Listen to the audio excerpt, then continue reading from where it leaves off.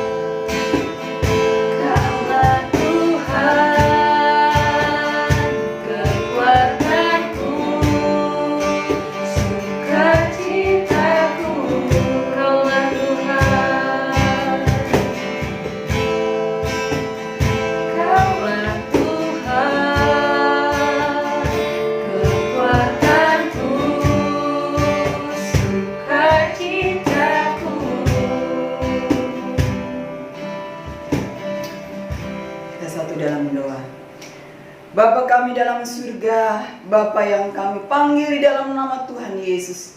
Terima kasih Tuhan, Kalau pada saat siang hari ini Engkau sudah kumpulkan kami mau menaikkan ucapan syukur kami Tuhan lewat puji-pujian. Biarlah Engkau bertahta di atas puji-pujian.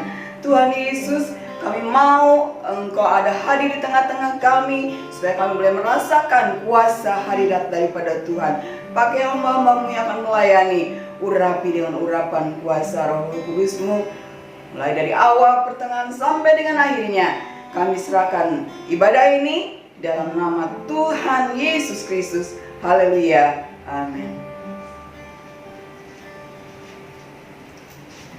Iya. Semoga sukacita tidak mengurangi di tengah-tengah kami meskipun kita berada di dalam ibadah online ini. Mari kita katakan, Yesus kekasih jiwa.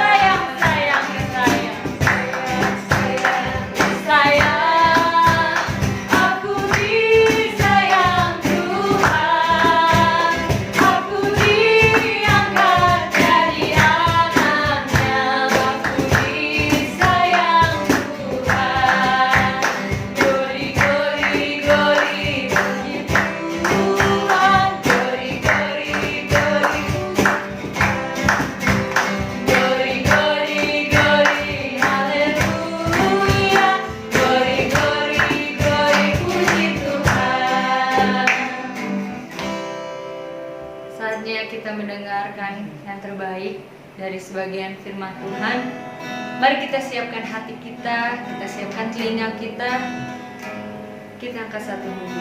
Tiada pernah kurang.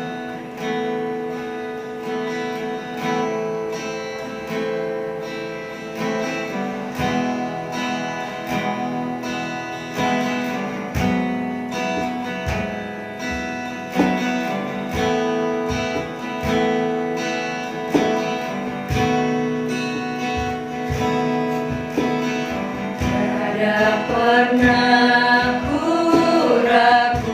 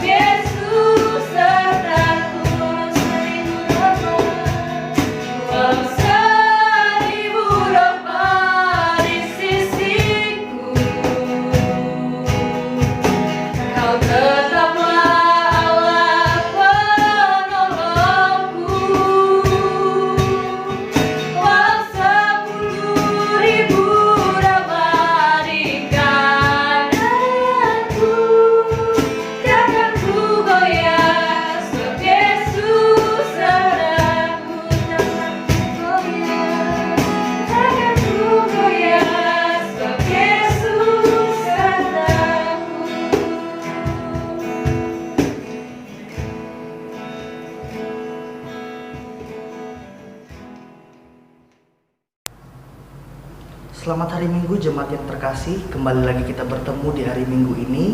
Bagaimana kabarnya? Saya harap setiap kita di dalam keadaan yang sehat, karena kita tahu kondisi pada saat ini tidak memungkinkan untuk kita untuk beraktivitas di luar. Tapi percayalah, ketika kita bersama-sama beribadah di rumah, kita menemukan satu kesan yang luar biasa. Kita mendapatkan hadirat Tuhan di setiap rumah, dan kita juga dapat merasakan kasih setia Tuhan di dalam kehadiran ibadah kita di rumah pada hari ini.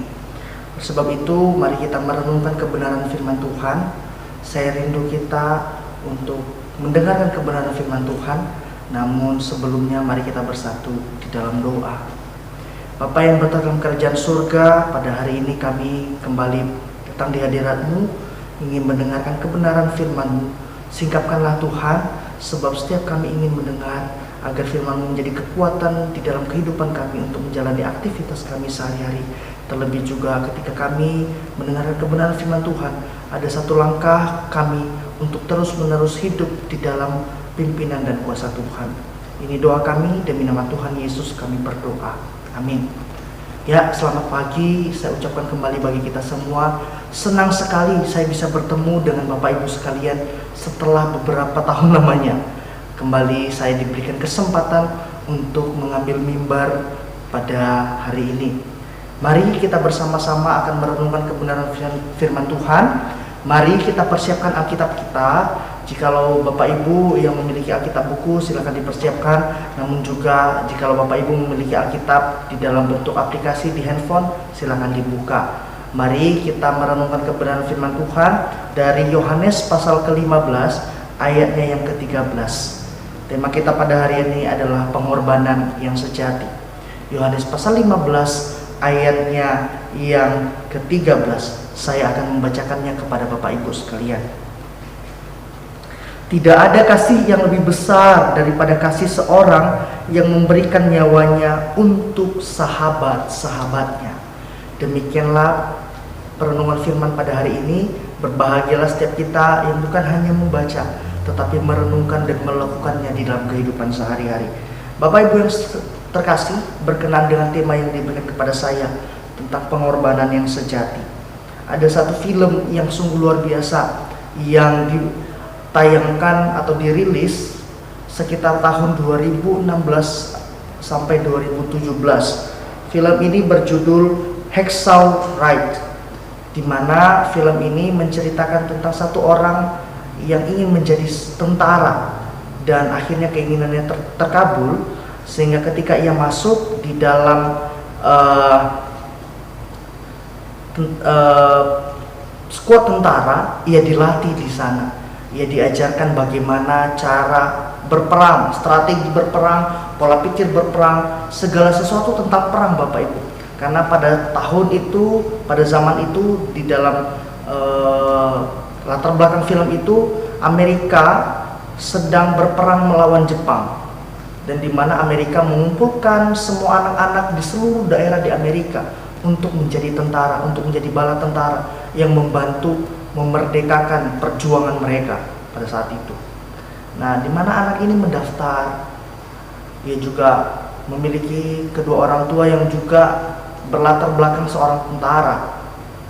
Nah, ketika ia mendaftar, ia masuk, dan di sanalah ia dibentuk menjadi seorang tentara yang militan, loyal, dan juga menjadi tentara yang mau memberikan dirinya untuk negerinya, negaranya. Ya. Nah, namun ada satu hal yang mengganjal dalam dirinya, bahwa ia adalah anak yang saleh di hadapan Tuhan. Ia adalah seorang Kristen yang taat, bahkan yang memiliki semboyan hidup di dalam hidupnya, yakni tidak sekalipun tangannya dipergunakan untuk menghilangkan nyawa orang lain. Nah, ini yang menjadi pergumulannya dalam kehidupannya, Bapak Ibu. Bahkan ketika ia diajarkan untuk berperang, teman-temannya sering mengejeknya.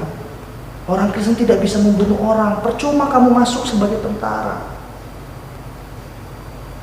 Selama waktu-waktu itu dia ditempa, dia berkumpul, Tuhan, bagaimana saya menjadi seorang yang percaya, namun juga saya mau membela negara saya. Dan pada saat itu waktu pembuktian pun terjadi Bapak Ibu, di mana skuad mereka, tim mereka dikirim untuk turun ke medan perang pada saat itu. Dia yang memiliki hati untuk tidak mau untuk membunuh orang diharuskan, karena ini merupakan perjuangan untuk bela negara Bapak Ibu.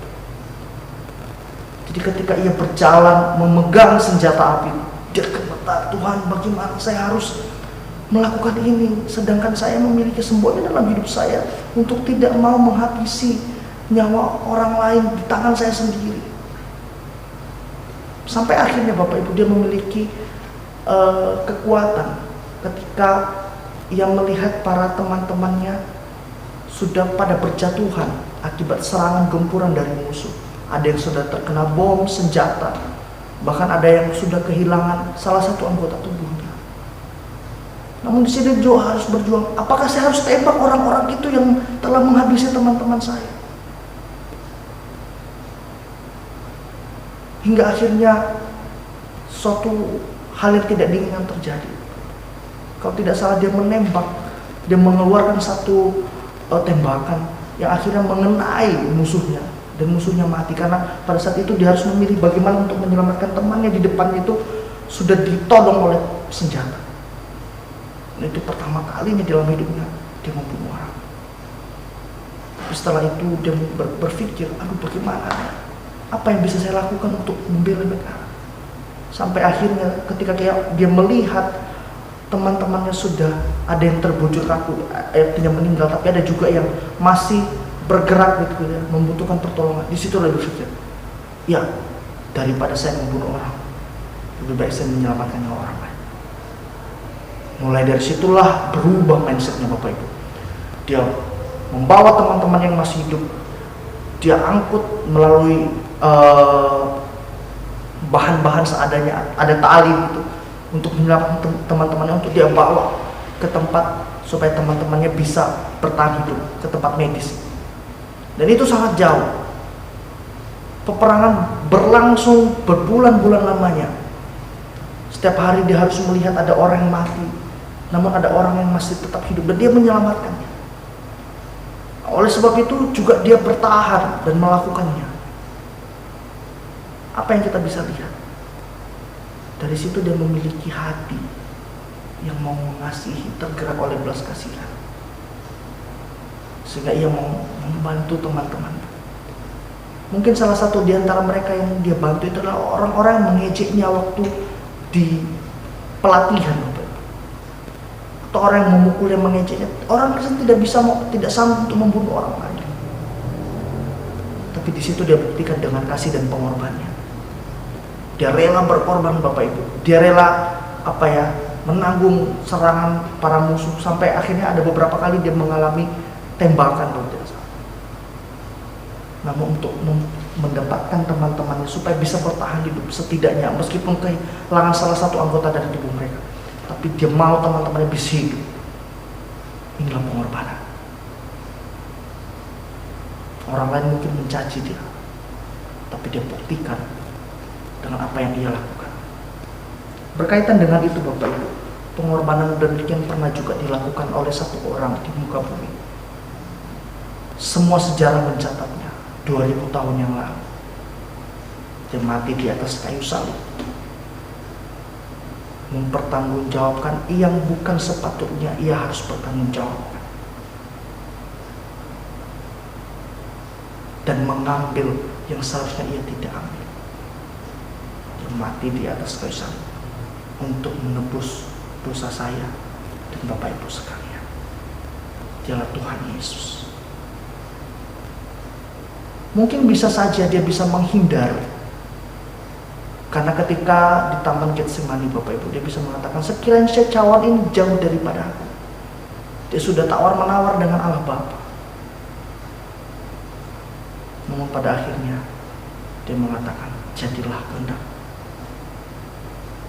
Dia mau menyelamatkan saya dan Anda untuk mendapatkan kehidupan yang lain. Nah, hal ini juga Bapak Ibu, pengorbanan Yesus berlaku untuk semua orang. Dan juga pengorbanan ini merupakan sebuah hal yang terus-menerus didengungkan di setiap telinga orang percaya untuk mengingat kembali bagaimana pribadi yang kita sembah turun ke dalam dunia. Kalau ada orang-orang yang menentang, wah itu ajaran-ajaran sesat, masa Tuhan mau mengorbankan diri? Siapa lagi mau mengorbankan diri untuk menyelamatkan dosa manusia? Sebab manusia tidak dapat menyelamatkan dirinya sendiri. Tetapi Tuhan datang ke dalam dunia untuk menyelamatkan umat manusia.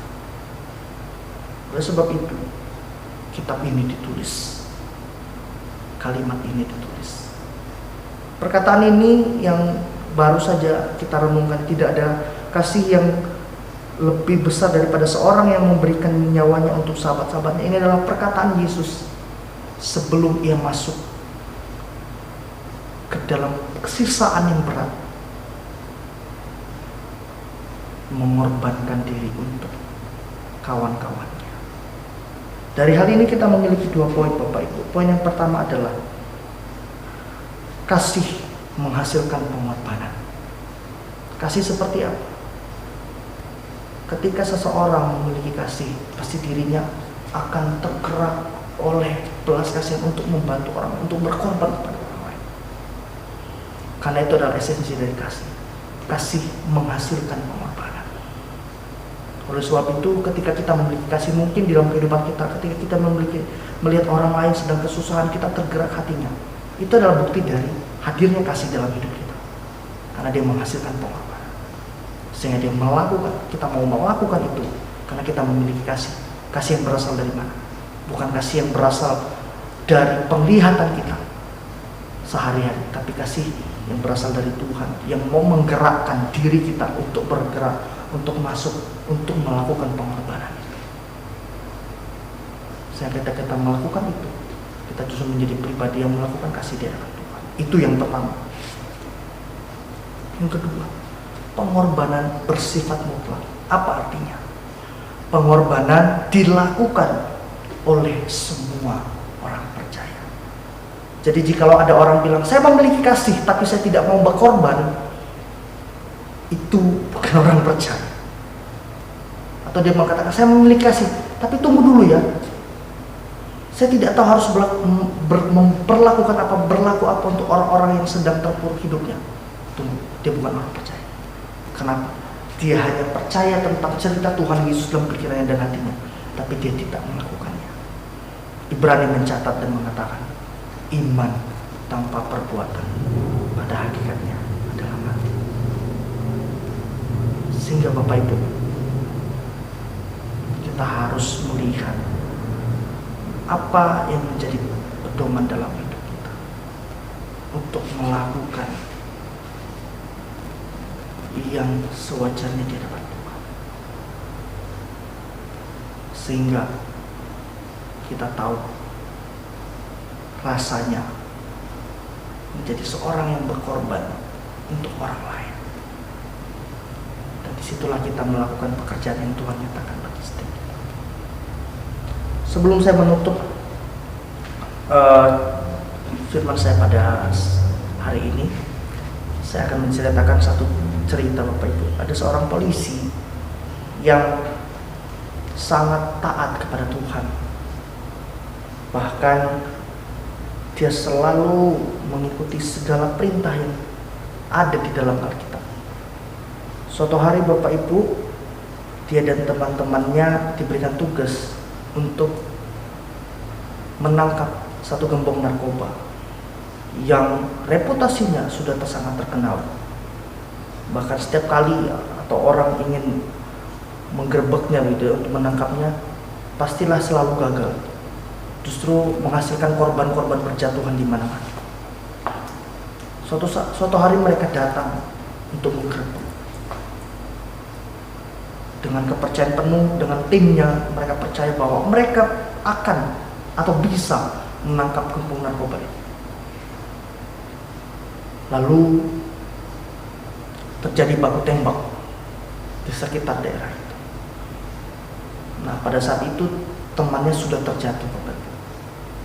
Temannya terjatuh karena ia kena satu tembakan Pas ketika tembakan kedua dilancarkan kepada temannya itu, dia langsung lari dan menyelamatkan temannya itu. Namun naasnya Bapak Ibu, ketika ia mau menyelamatkan temannya itu, justru ia yang tertembak dan akhirnya mati. Seorang percaya di dalam hidupnya, dia rela mengorbankan nyawanya demi sahabatnya. Sehingga di hari pemakamannya, istrinya berkata, saya baru pertama kali menemukan orang yang sangat luar biasa di dalam hidup saya, yakni pasangan saya. Tidak satupun orang bisa melihat bagaimana perlakuannya di rumah. Tapi ketika saya menceritakan tentang dia, pasti kalian akan menangis. Karena apa? Segala sesuatu dia lakukan untuk orang-orang yang dia sayang, termasuk sahabat-sahabatnya, bahkan kami sebagai keluarganya. Hal ini dilandaskan karena ia percaya oleh satu pribadi, yang Yesus Kristus, yang sudah berkorban untuk dirinya 2000 tahun yang lalu, sehingga dia juga melakukan. Nah, bagaimana dengan kita pada saat ini? Ketika kita mau menjadi pribadi yang mau mengikut Yesus, kita juga harus melakukan pengorbanan itu. Tapi betapa sia-sianya pengorbanan Yesus di atas kayu salib, jikalau justru kita didapati tidak setia dan tidak memiliki kasih, bahkan tidak berkorban. Di masa-masa pandemik ini Bapak Ibu, mari kita menjadi pribadi yang mau menjadi saksi Kristus dimanapun kita berada, dan melakukan semuanya itu untuk kemuliaan namanya.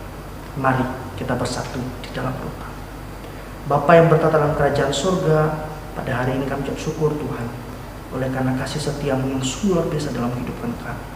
Kami telah mendengar cerita bagaimana Engkau berkorban bagi kami 2000 tahun yang lalu.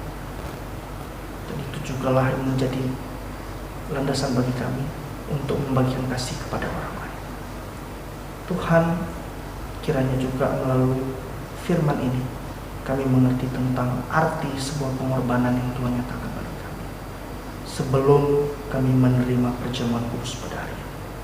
Dan biarlah kami tetap menjadi pribadi yang mau turut serta menjadi korban, mengalami pengorbanan untuk menjadi pribadi yang terus-menerus dipakai Tuhan di dalam dunia ini. Ini doa kami demi nama Tuhan Yesus kami berdoa. Amin. Selamat hari Minggu. Tuhan berkati.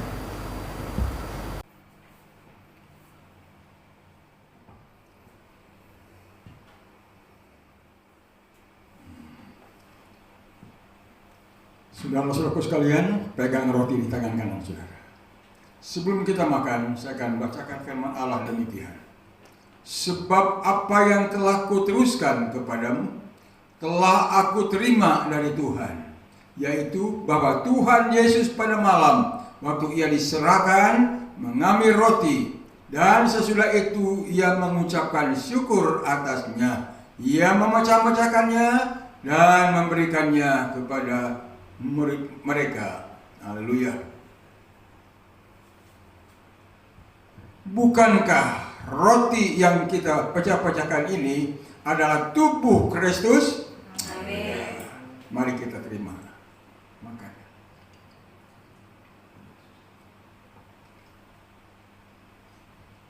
Haleluya.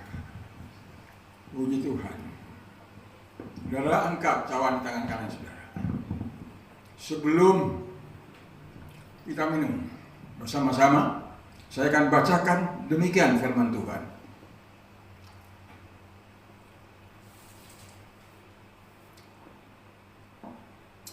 Masih diangkat ya cawan ini.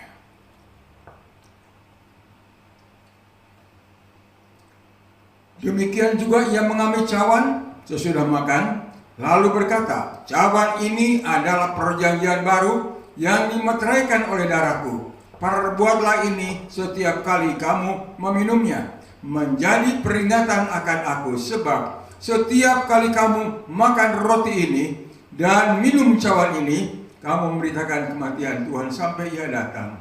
Haleluya. Mari saudaraku sekalian, sama-sama kita minum dalam nama Tuhan Yesus Kristus. Haleluya.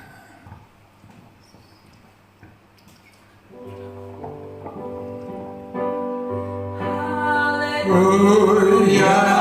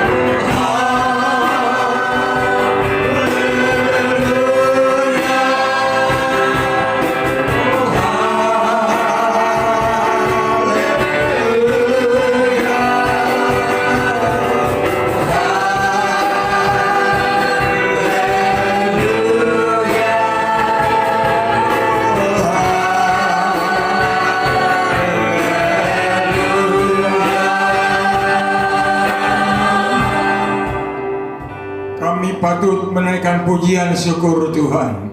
Kalau pada pagi hari ini kami sudah melakukan dalam acara ibadah kami sudah mendengar firman Allah dan kami juga telah menerima perjamuan suci. Kiranya apa yang sudah kami lakukan itu berkenan kepada Tuhan. Mari Engkau berkati Tuhan semua umat ketebusan Tuhan yang ada, baik yang ada di rumah, mungkin masih ada di rumah, mari Tuhan tolong mereka. Yang ada di gereja, mari Tuhan tolong dan pakai kami. Terpujilah nama Tuhan Yesus Kristus, haleluya.